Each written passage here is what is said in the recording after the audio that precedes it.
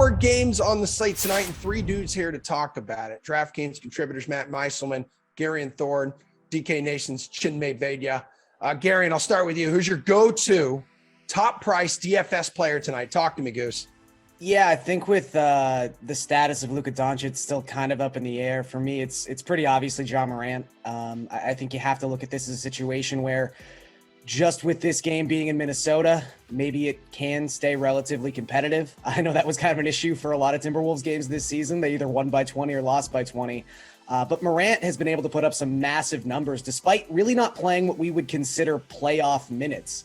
But he's averaging 1.54 DraftKings points per minute in the first 2 games of this series. His usage rate is up over 33%. And coming as a surprise to no one, this is by far the fastest paced series we've had of the first round.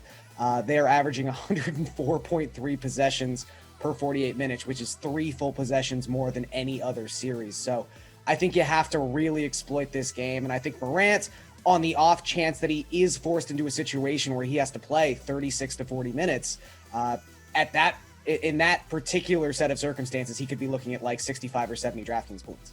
Okay, Chinmay, what do you want to do here?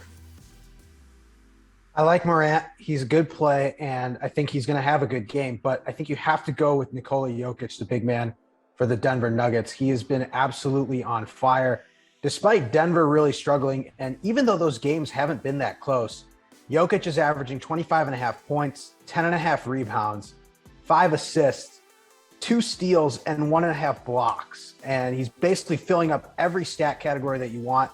I think that's money well spent. If you're going to pay up for somebody, you got to pay up for Denver's big man, who enters tonight's game 3 in a massive spot for his team. He really needs that game. Denver really needs that game. I think Jokic has a big one tonight. Okay, yeah, most expensive player on the slate there, Matty. How much money are you planning to spend here? You're going to go all the way to the top like Chinmay? Well, it's tough having the 3rd pick in the DFS draft. These guys took my first 2 favorite players on the slate. So I'll just go to my 3rd favorite. And it's actually, I'm stretching the rules here on paying up, but Rudy Gobert at 7,600, I think qualifies as a bit of a payoff option. And I think for tournaments tonight, what's going to happen is Jokic is sort of a can't miss. And then karl-Anthony Towns is way underpriced. So if you're playing cash games, I think Towns makes sense. But because Gobert is a center, just like these other guys, he almost has to go overlooked. And we haven't seen Gobert have a good offensive game yet in this series. He's scored below 10 points in both of them.